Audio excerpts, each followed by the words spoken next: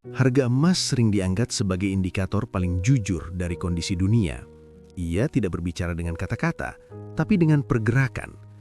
Ketika semuanya terlihat baik-baik saja di permukaan, ekonomi tumbuh, pasar saham hijau, dan berita dipenuhi optimisme, emas justru sering bergerak diam. Namun anehnya, justru saat emas mulai bergerak pelan tapi konsisten, disitulah tanda-tanda besar sedang terbentuk. Banyak orang baru sadar ketika harganya sudah terlanjur melonjak jauh. Lalu muncul pertanyaan klasik, kok bisa naik setinggi ini? Padahal kemarin-kemarin biasa saja. Disinilah kesalahan terbesar kebanyakan orang. Mereka hanya melihat emas saat sudah ramai dibicarakan. Padahal sebelum harga emas meledak, selalu ada tanda-tanda yang muncul lebih dulu. Masalahnya, tanda-tanda ini sering diabaikan karena tidak viral, tidak sensasional, dan tidak dibahas di headline utama. Justru sinyal-sinyal inilah yang biasanya muncul saat mayoritas orang masih sibuk dengan hal lain. Emas bukan aset yang naik karena hype. Ia naik karena ketakutan, ketidakpastian, dan kesalahan kebijakan yang terakumulasi pelan-pelan. Saat semuanya tampak stabil, emas seperti tertidur. Tapi ketika fondasi ekonomi mulai retak, meski belum terlihat jelas, emas mulai bangun.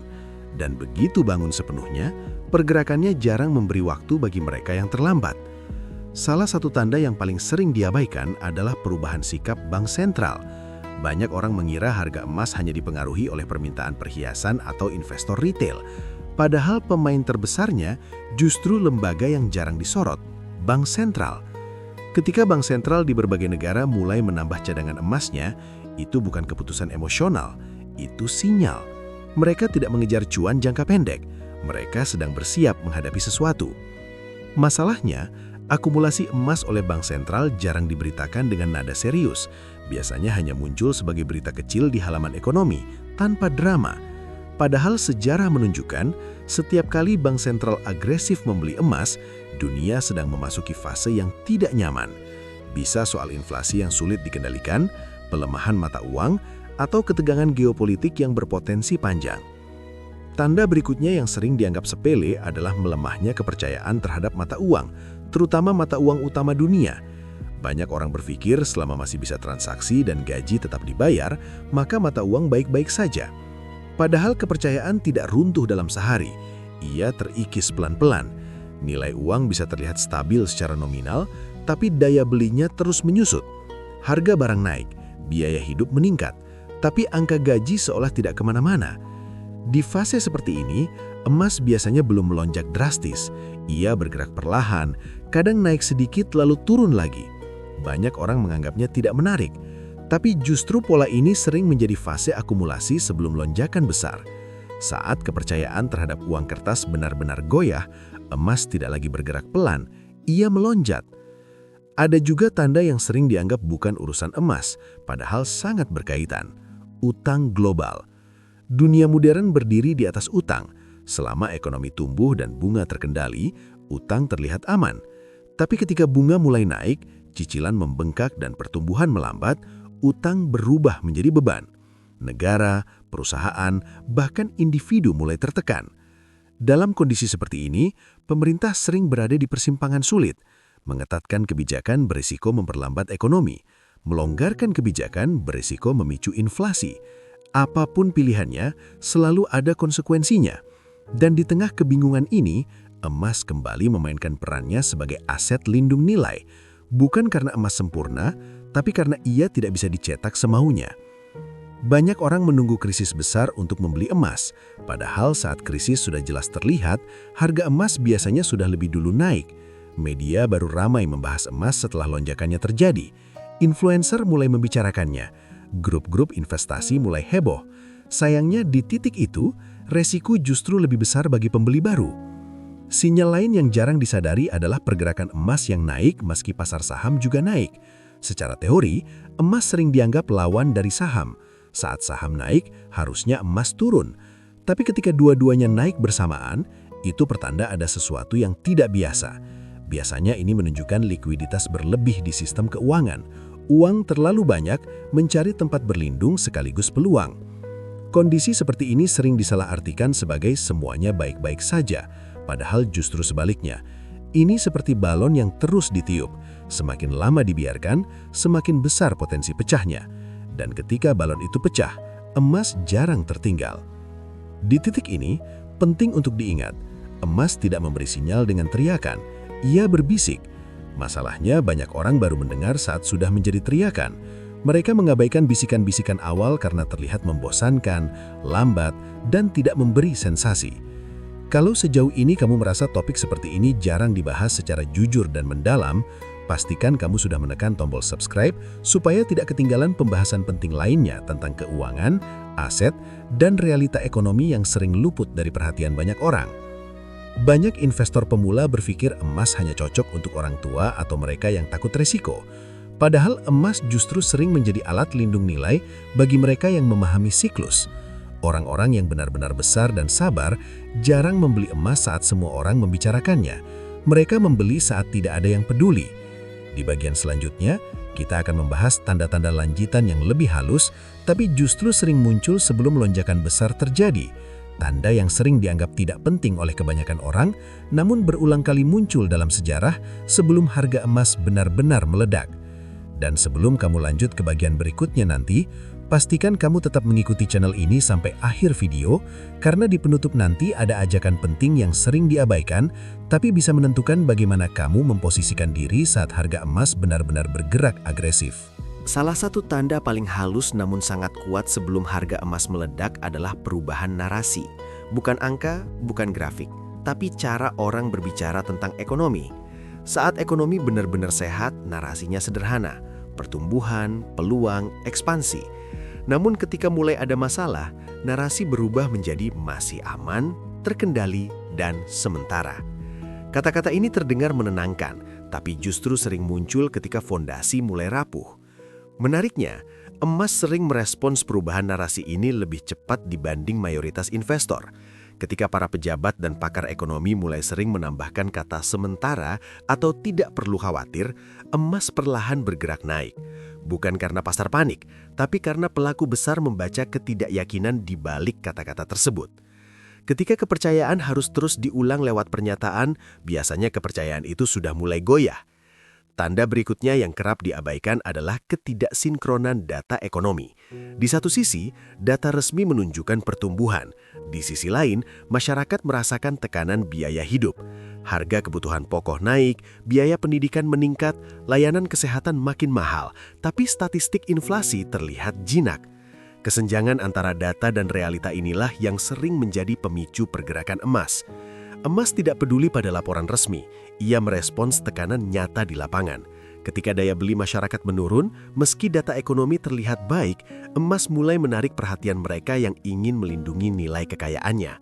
Sayangnya, karena laporan resmi terlihat positif, banyak orang menganggap kenaikan emas tidak rasional, padahal justru emas sedang membaca realita yang belum diakui sepenuhnya. Ada juga tanda penting yang sering diremehkan, stabilitas geopolitik yang terlihat terkendali. Dunia jarang berada dalam kondisi benar-benar damai. Namun sebelum konflik besar atau ketegangan panjang terjadi, biasanya ada fase di mana semuanya tampak masih di bawah kendali. Tidak ada perang besar, tidak ada krisis global yang jelas, hanya gesekan kecil yang dianggap wajar.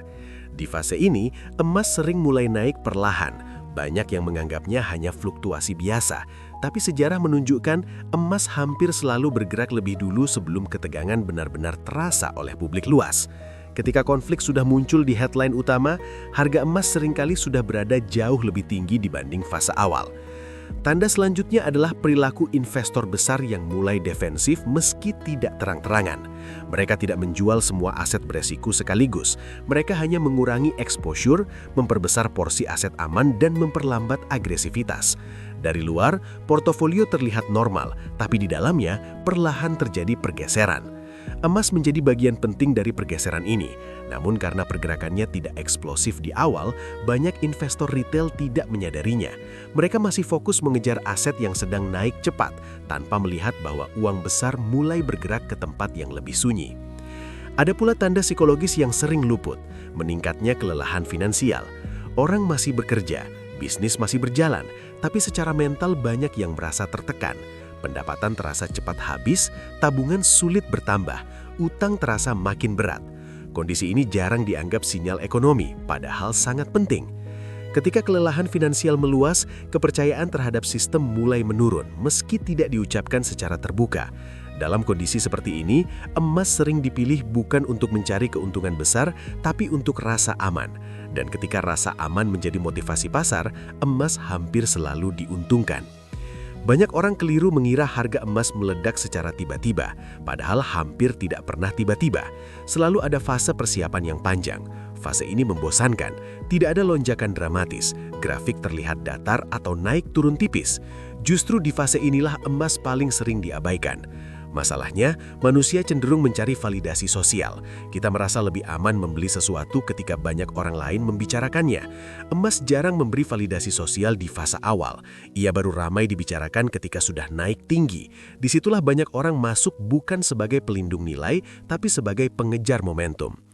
Jika kamu merasa konten seperti ini membantu membuka sudut pandang yang jarang dibahas, jangan lupa untuk subscribe agar kamu terus mendapatkan insight tentang pergerakan aset dan realita ekonomi yang sering tersembunyi di balik berita besar. Tanda lain yang sangat penting adalah perubahan perilaku media. Saat media mulai sering mengangkat topik ketidakpastian global, resiko ekonomi atau tantangan ke depan, meski dengan nada netral, itu sering menjadi latar bagi pergerakan emas. Media jarang memicu kenaikan emas, tapi mereka sering merefleksikan keresahan yang sudah dirasakan pelaku pasar besar.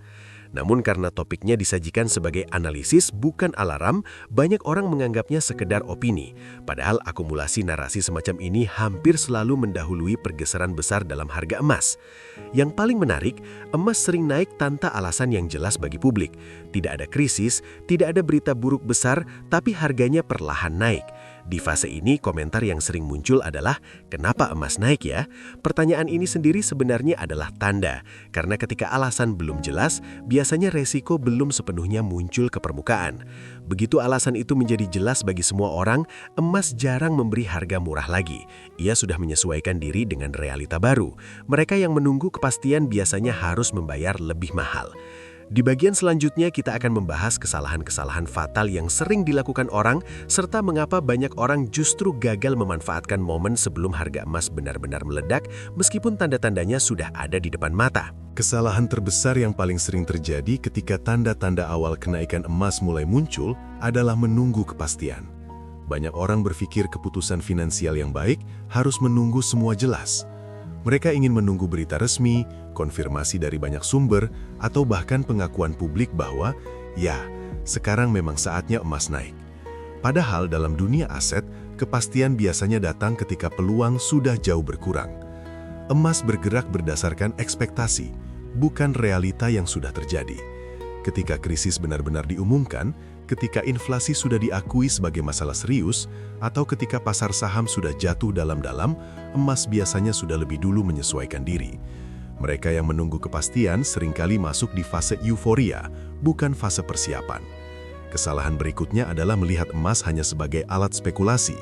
Banyak orang bertanya, emas bisa naik sampai berapa? Seolah emas adalah saham yang harus dikejar target keuntungannya. Padahal fungsi utama emas bukan untuk membuat kaya mendadak, tapi untuk menjaga nilai. Ketika orang membeli emas dengan mindset spekulasi, mereka cenderung kecewa di fase awal karena pergerakannya lambat. Akibatnya, banyak yang menjual emas terlalu cepat. Mereka membeli, lalu melihat harganya stagnan atau turun sedikit, kemudian merasa salah langkah. Padahal fase stagnan inilah yang sering menjadi fondasi sebelum lonjakan besar. Orang yang tidak sabar sering keluar tepat sebelum emas bergerak agresif. Kesalahan lain yang sering terjadi adalah terlalu fokus pada harga hari ini. Orang terus memantau grafik harian, naik turun kecil dianggap sinyal besar. Padahal emas bukan aset untuk dibaca secara mikro. Pergerakannya harus dilihat dalam konteks siklus. Mereka yang terlalu fokus pada fluktuasi jangka pendek sering kehilangan gambaran besar. Ada juga kesalahan psikologis yang jarang disadari. Merasa terlambat sebelum benar-benar terlambat. Banyak orang mengira, emas sudah naik, pasti terlambat. Padahal seringkali mereka masih berada di fase awal tren jangka panjang. Perasaan terlambat ini membuat orang ragu, lalu tidak melakukan apa-apa. Ironisnya, beberapa tahun kemudian mereka baru sadar bahwa harga saat itu sebenarnya masih murah. Kesalahan berikutnya adalah menunggu harga turun sempurna. Banyak orang ingin membeli emas di harga paling bawah. Mereka menunggu koreksi dalam-dalam yang seringkali tidak pernah datang. Padahal emas jarang memberi diskon besar ketika fundamentalnya kuat. Ia lebih sering naik bertahap dengan koreksi dangkal. Menunggu harga sempurna sering berakhir dengan tidak membeli sama sekali. Kesalahan lain yang sering terjadi adalah mengabaikan tujuan pribadi.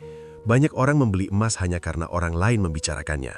Mereka tidak tahu untuk apa emas itu dalam hidup mereka. Apakah untuk lindung nilai jangka panjang, dana darurat, atau diversifikasi. Tanpa tujuan jelas, keputusan mudah goyah saat harga bergerak tidak sesuai harapan. Ada pula kesalahan dalam cara membeli. Sebagian orang membeli emas sekaligus dalam jumlah besar karena takut ketinggalan. Ini membuat mereka rentan secara psikologis. Ketika harga turun sedikit, stres langsung muncul. Padahal strategi bertahap seringkali jauh lebih tenang dan rasional. Emas bukan aset yang menuntut keputusan ekstrim. Kesalahan yang tidak kalah penting adalah menganggap tanda-tanda awal sebagai kebetulan.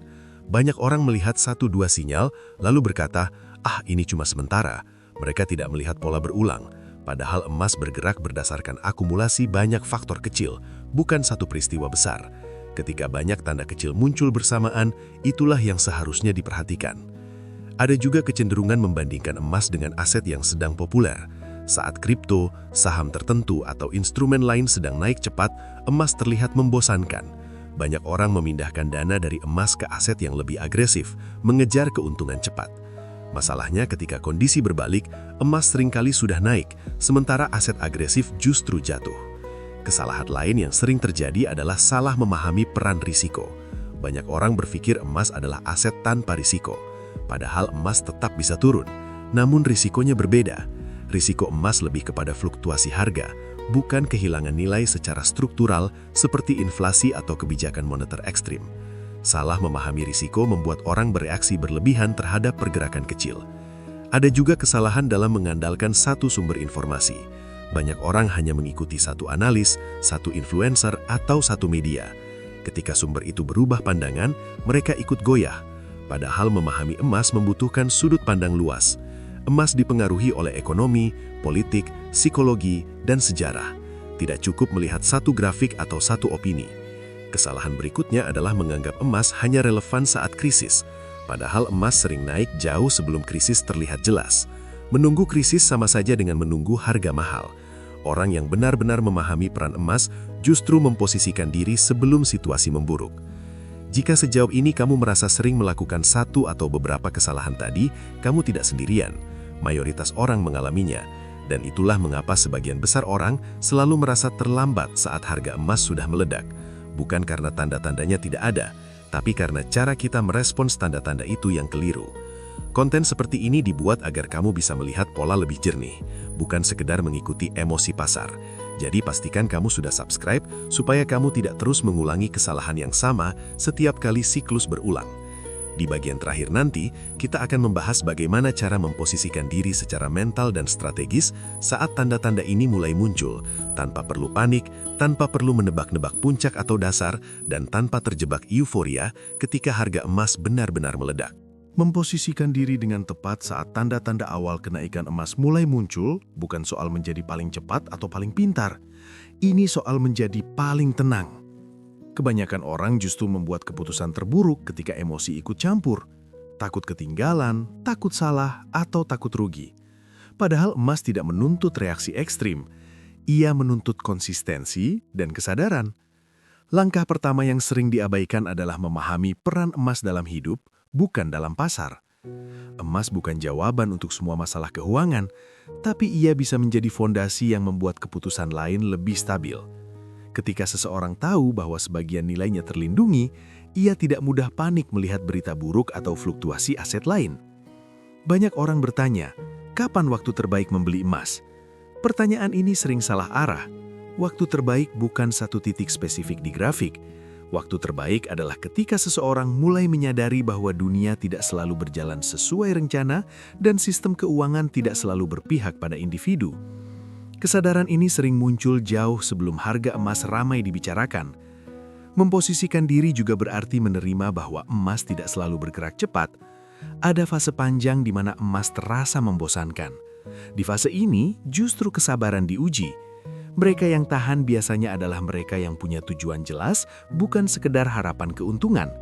Emas bekerja paling baik ketika ia tidak sering dilihat.